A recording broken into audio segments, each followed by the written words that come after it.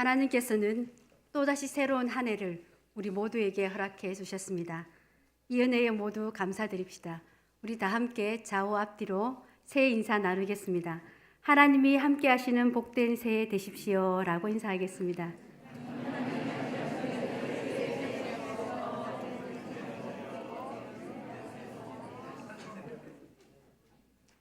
올해 우리 교단 총회 주제가 다시 거룩한 교회로입니다. 교회가 세상의 비난의 대상이 되고 있는 안타까운 현실 앞에서 그 원인을 거룩성의 상실로 보고 거룩성을 회복하자는 뜻에서 다시 거룩한 교회로라고 주제를 정한 것입니다. 우리 교회도 총회 주제와 동일하게 거룩성을 회복하자는 뜻에서 다시 거룩한 교회로라고 표현을 정했습니다. 교회가 교회답지 못하고 성도가 성도답지 못하는 것은 하나님의 성품인 거룩성을 상실했기 때문입니다. 세상적인 가치와 기준으로 평가하고 판단하는 것이 우리에게는 너무나 익숙해져 있습니다. 전혀 구별되지 않는 삶을 우리는 일상에서 아무렇지도 않게 살아가고 있습니다. 국가적으로나 사회적으로 총체적 위기 상황에 직면한 오늘 우리는 하나님의 백성다움을 회복해야 하겠습니다. 다시 거룩한 교회로 회복되어 교회가 바로 서서 구별된 삶으로 하나님 나라의 가치와 사랑을 전해야 할 것입니다. 교회가 거룩해야 한다는 것은 새로움을 찾는 것이 아니라 원래의 모습으로 회복하는 것을 의미합니다. 교회가 거룩해야 하는 것은 하나님께서 거룩하시기 때문입니다. 하나님께서는 말씀하십니다. 너희는 거룩하라. 이는 나 여호와 너희 하나님이 거룩함이니라 라고 하셨습니다. 교회의 거룩성은 하나님의 명령이며 동시에 교회의 본성입니다. 하나님께서 명령하신 너희는 거룩하다라는 말씀에서 거룩하라라는 말은 구별되다, 분리하다라는 뜻을 담고 있습니다. 즉 죄악된 세상과 철저하게 구별되어야 함을 의미합니다. 하나님께서는 속성상 죄악된 모든 것과는 구별되는 거룩하신 분입니다. 그러므로 하나님의 거룩하신 이름으로 일컬어지는 하나님의 백성들은 마땅히 죄나 죄로 오염된 세상과 구별된 거룩한 삶을 살아야 하는 것입니다. 하나님께서는 당신의 백성된 오늘 우리에게도 명령하고 있습니다. 너희는 거룩하라. 나 여호와 너희 하나님이 거룩함이니라. 죄악과 거짓으로부터 자신을 지키고 구별된 삶을 살 것을 명령하십니다. 세상 사람들과는 똑같이 살지 말고 구별된 삶을 살 것을 명령하십니다. 하나님의 백성들은 말과 표정, 몸가짐같이 겉으로 드러나는 모습에서뿐만 아니라 생각하는 것과 구체적인 삶의 방식과 같이 드러나지 않는 것에서까지도 이 세상 사람들과는 구별되는 성결한 삶을 살아야 하는 것입니다. 또한 너희는 거룩하라 라는 말은 너희는 거룩하게 되어라 라는 뜻을 담고 있습니다. 즉 거룩은 한 번에 완성되는 것이 아니라 끊임없이 거룩해져야 함을 뜻하는 것입니다. 먼지와 티끌 같은 인간은 죄성을 지닌 존재이기에 스스로 거룩해질 수가 없습니다. 하나님으로부터 주어지는 거룩이 아니고서는 우리는 거룩을 이룰 수 없습니다. 모든 거룩은 오직 하나님의 거룩성을 인정하고 또 자신의 삶 속에서 그 거룩을 실천할 때에만 가능한 것입니다. 그러므로 하나님과 같이 거룩하라라는 명령은 하나님의 백성들이 거룩하신 하나님을 닮아가도록 자신을 개발시키는 것입니다. 이 과정이 성화입니다. 성화의 과정은 상호적입니다. 즉 여호와께서 먼저 자기 백성을 거룩하게 만드시고 그리고 그의 백성은 자신을 거룩하게 유지해야 하는 것입니다. 하나님의 백성이 거룩하게 되는 것은 율법 준수와 예배를 통해서 이루어집니다. 즉 하나님의 규례와 법도 안에서 행하며 그 말씀에 순종하며 살 때 비로소 거룩성이 드러나게 되는 것입니다. 또한 예배를 통해 거룩하게 되는 것입니다. 예배는 하나님의 백성만이 드릴 수 있는 구별된 의식입니다. 로마서 12장 1절과 2절에서는 그러므로 형제들아 내가 하나님의 모든 자비하심으로 너희를 권하노니 너희 몸을 하나님이 기뻐하시는 거룩한 산 제물로 드리라. 이는 너희가 드릴 영적 예배니라. 너희는 이 세대를 본받지 말고 오직 마음을 새롭게 함으로 변화를 받아 하나님의 선하시고 기뻐하시고 온전하신 뜻이 무엇인지 분별하도록 하라라고 말씀하고 있습니다. 1절에서 바울은 하나님이 기뻐하시는 예배는 우리의 몸을 제물로 하여 드리는 거룩한 산 제사라고 말하고 있습니다. 여기서 몸은 사람의 인격 전체 또는 삶 전체를 의미합니다. 그러므로 바울은 우리의 삶 전체와 인격 전체를 하나님께 드리도록 요구하고 있는 것입니다. 우리는 우리의 인격과 삶 전체를 드려 하나님께 헌신하고 봉사함으로 산 제사를 드려야 합니다. 물론 우리가 우리 몸을 드려 하나님께 헌신한다고 해서 그것이 다 하나님이 기뻐하시는 제사가 되는 것은 아닙니다. 그것이 하나님께서 기뻐하시는 제사가 되려면 여기에 반드시 첨가할 것이 있습니다. 바로 거룩함입니다. 바울은 우리 몸을 산 제사로 드리되 거룩한 산 제사로 드리도록 말씀하고 있습니다. 구약시대에 하나님을 예배할 때는 반드시 흠과 점이 없는 깨끗한 제물로 제사를 드려야 했습니다.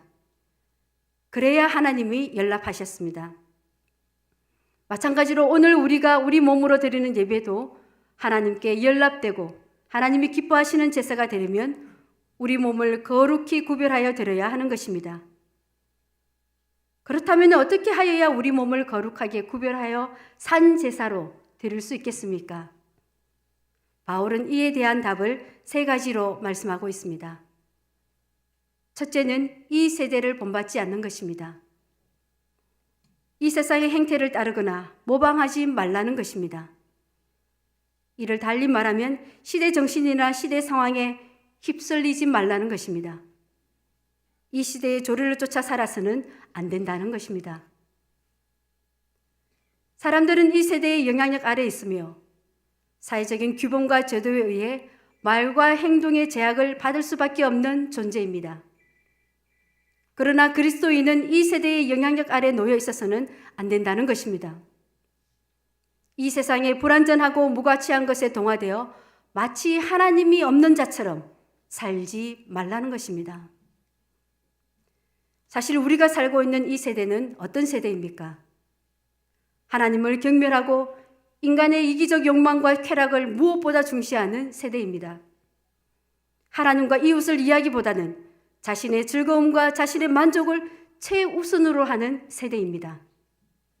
무엇을 하든지 자신이 중심이 되어 자신을 만족시키고자 합니다. 죄악을 즐기며 죄를 지으면서도 불법을 행하면서도 죄로 여기지 않는 세대입니다. 남들이 어떻게 되든지 말든지 자신만 잘 되면 된다고 믿는 철저한 개인주의적 이기적 사상이 지배하는 세상입니다. 성경은 이러한 세대를 악하고 죄가 간용한 세대라고 부르기도 합니다. 이러한 세대의 풍속과 유행을 따르지 말라는 것입니다. 왜냐하면 악하기 때문입니다. 사도 바울은 갈라디아서 1장 4절에서 권고하기를 그리스도께서 하나님 곧 우리 아버지의 뜻을 따라 이 악한 세대에서 우리를 건지시려고 우리 죄를 위하여 자기 몸을 들이셨으니 라고 말씀하셨습니다. 현재 이 세대를 악한 세대라고 성경은 정의하고 있습니다. 예수 그리스도께서 오신 것은 바로 악한 이 세대로부터 우리를 구원하시기 위하여 오셨다고 분명하게 말씀하고 있습니다. 예수님의 정신은 영으로 사는 정신으로서 이웃과 하나님을 위하여 헌신하고 봉사함을 통하여 공의와 선을 이루는 것이지만 이 세대의 정신이란 정반대의 것으로서 어떻게 하면 이웃과 하나님을 이용하여 자신의 욕망과 쾌락을 만족시킬 것인가에만 관심이 있습니다. 레위기 18장 3절부터 5절 말씀에서 하나님께서는 모세를 통해 이스라엘 자손들에게 세대를 본받지 말고 따르지 말 것을 말씀하고 있습니다. 너희는 너희가 거주하던 애굽 땅의 풍속을 따르지 말며 내가 너희를 인도할 가나안 땅의 풍속과 규례도 행하지 말고 너희는 내 법도를 따르며 내 규례를 지켜 그대로 행하라. 나는 너희의 하나님 여호와이니라. 너희는 내 규례와 법도를 지키라. 사람이 이를 행하면 그로 말미암아 살리라. 나는 여호와이니라. 애굽의 풍속도 가나안의 풍속도 따르지 말고 오직 하나님의 법도만을 따르며 하나님의 규례를 지켜 그대로 행하라라고 말씀하고 있습니다. 세상의 규례와 법이 아닌 하나님의 규례와 법도를 지키는 사람은 하나님께서 살려주신다는 것입니다. 우리가 이 세대를 본받지 않고 오직 하나님의 말씀만 준행하며 지켜야 될 이유가 바로 여기에 있는 것입니다. 둘째는 마음을 새롭게 함으로 변화를 받아야 합니다. 그 새 속의 타락한 시류에 마음을 빼앗기지 말고 새롭게 창조될 피조물로서 날마다 삶과 전인격을 그리스도의 형상으로 변화시켜 가야 하는 것입니다. 우리가 하나님께 합당한 삶을 살고자 한다면 먼저 변화를 받아야 합니다. 우리의 내적 본성이 변화되어야 합니다. 어떻게 변화되어야 합니까? 그리스도와 같이 되어야 합니다.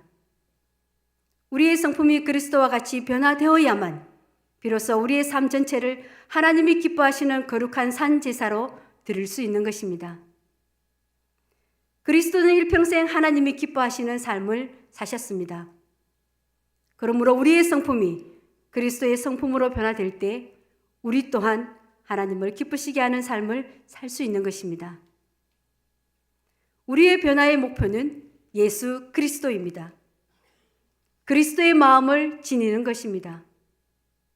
그렇다면 이러한 변화를 가능케 하는 힘은 어디서 오는 것입니까? 우리가 무조건 힘쓰고 애쓴다고 이루어지는 것입니까? 그렇지 않습니다. 우리의 힘과 노력으로는 결코 분류가 가능한 일입니다. 우리 스스로의 힘과 노력으로는 우리의 완악한 성품을 변화시킬 수 없습니다. 그것은 오로지 성령에 의해서만 가능한 것입니다. 우리의 성품을 변화시킬 수 있는 능력은 오직 하나님의 영이신 성령께만 있습니다. 그래서 하나님께서는 에스겔 선지자를 통해 장차 성령을 보내셔서 그들의 마음을 부드럽게 하시겠다고 약속하셨습니다. 내가 그들에게 한 마음을 주고 그 속에 새 영을 주며 그 몸에서 돌 같은 마음을 제거하고 살처럼 부드러운 마음을 주어 내 율례를 따르며 내 규례를 지켜 행하게 하리니 그들은 내 백성이 되고 나는 그들의 하나님이 되리라. 그렇습니다. 성령만이 우리를 변화시키는 원동력이 됩니다. 우리의 완악한 성품을 변화시켜 그리스도의 장성한 분량에 충분히 다다르도록 돕는 것입니다. 이를 위해 우리는 어떻게 해야 하겠습니까?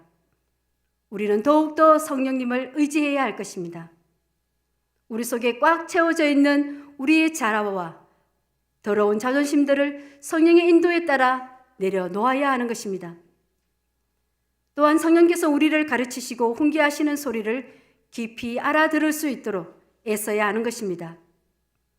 우리의 재성을 슬퍼하시며 우리의 연약함을 탄식하시는 소리에 귀 기울여야 합니다. 이러할 때 성령께서는 우리의 변화를 위해 더욱 강건적으로 역사하실 것입니다. 셋째는 하나님의 선하시고 기뻐하시고 온전하신 뜻이 무엇인지 분별하는 것입니다. 곧 자기 본의의 삶이 아니라 하나님 본의의 삶, 하나님이 기뻐하시는 삶을 살아야 한다는 것입니다. 여기서 선하시고는 하나님께서는 존재 자체가 선이시며 피조물에게도 선으로 대하신다는 하나님의 도덕적 속성을 가리킨다고 볼 수 있습니다. 그리고 기뻐하시고는 하나님께서 자신 안에서 무한한 기쁨을 누릴 수 있을 만큼 충족된 복을 가지신 분이라는 것입니다. 또한 온전하시는 존재나 속성에 있어서 모든 것으로부터 완전히 자유로우시며 무한하시다는 하나님의 무한성을 가리키고 있다고 볼 수 있습니다. 우리는 오직 마음을 새롭게 함으로 변화를 받을 때 이와 같은 신적 속성을 지닌 하나님의 뜻을 올바르게 분별할 수 있게 되는 것입니다. 하나님은 참으로 선하시고 온전하신 분이십니다. 하나님의 뜻은 선하고 온전합니다. 비록 지금 우리 앞에 절망할 수밖에 없는 상황들이 펼쳐져 있을지라도 그것은 더 깊은 하나님의 계획을 위한 진행 과정이라는 것을 우리는 잊지 말아야 합니다. 하나님은 모든 것이 합력하여 선을 이루게 하시는 분이십니다. 하나님께서는 우리의 고난에 대해 때를 따라 돕는 분이십니다. 단지 우리가 바라는 선, 우리가 바라보는 때가 아닐 뿐입니다. 하나님은 당신의 선을 이루시기를 원하시며 당신의 때에 돕기를 원하십니다. 왜냐하면 그것이 궁극적인 선이며 우리에게 가장 적당한 때이기 때문입니다. 세상의 고통과 아픔이 가득한 것은 하나님의 뜻이 악하거나 불완전하기 때문이 아니라 아직 하나님의 때가 이르지 않았기 때문입니다. 하나님께서는 선하고 온전한 자신의 뜻을 위해 인내하고 계시는 것입니다. 그러므로 우리는 하나님의 뜻이 선하고 온전하심을 굳게 믿어야 합니다.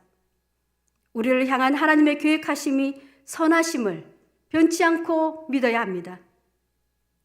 오늘도 우리의 삶 가운데 역사하시는 하나님의 선하시고 온전한 뜻이 무엇인지를 깊이 묵상하며 그 뜻에 순종하는 우리 모두가 되어야 할 것입니다. 거룩성을 회복하는 것은 하나님의 명령입니다. 하나님의 백성들이 거룩함을 회복하는 것이 우리 가정이 살 길이며 우리 교회가 바로 서는 길이며 이 민족이 건진받는 길입니다. 하나님의 말씀을 지표로 삼아 그 말씀에 순종하며 이 세대를 본받지 않고 늘 마음을 새롭게 함으로 변화를 받아 하나님의 선하시고 기뻐하시고 온전하신 뜻이 무엇인지를 분별하여 날마다 거룩함을 회복하는 우리 모두의 삶이 되기를 바랍니다. 다 함께 기도하겠습니다. 하나님, 거룩하라는 하나님의 명령을 기억하여 이 세상과는 구별된 삶으로 새로운 한 해를 말씀으로 밝히는 저희가 되게 하옵소서. 거룩함으로 하나님의 백성다움을 회복하여 어두운 거짓을 몰아내고 하나님의 선하시고 기뻐하시고 온전하신 뜻을 분별하여 그 뜻을 이루며 승리하는 2017년 한 해가 되게 하옵소서. 거룩한 주의 백성들로 인해 도탄에 빠진 이 민족을 구원하고 사회적 구조학을 개선하며 다 함께 건강하고 행복한 새해를 만들어가는 저희 모두가 되게 하옵소서. 거룩함을 회복하는 교회가 되게 하시어 잃어버린 신뢰와 존경을 회복하고 말씀의 능력과 성령의 역사를 증거하는 저희 교회가 되게 하옵소서. 감사드리며 우리 주 예수 그리스도의 이름으로 기도하옵나이다. 아멘.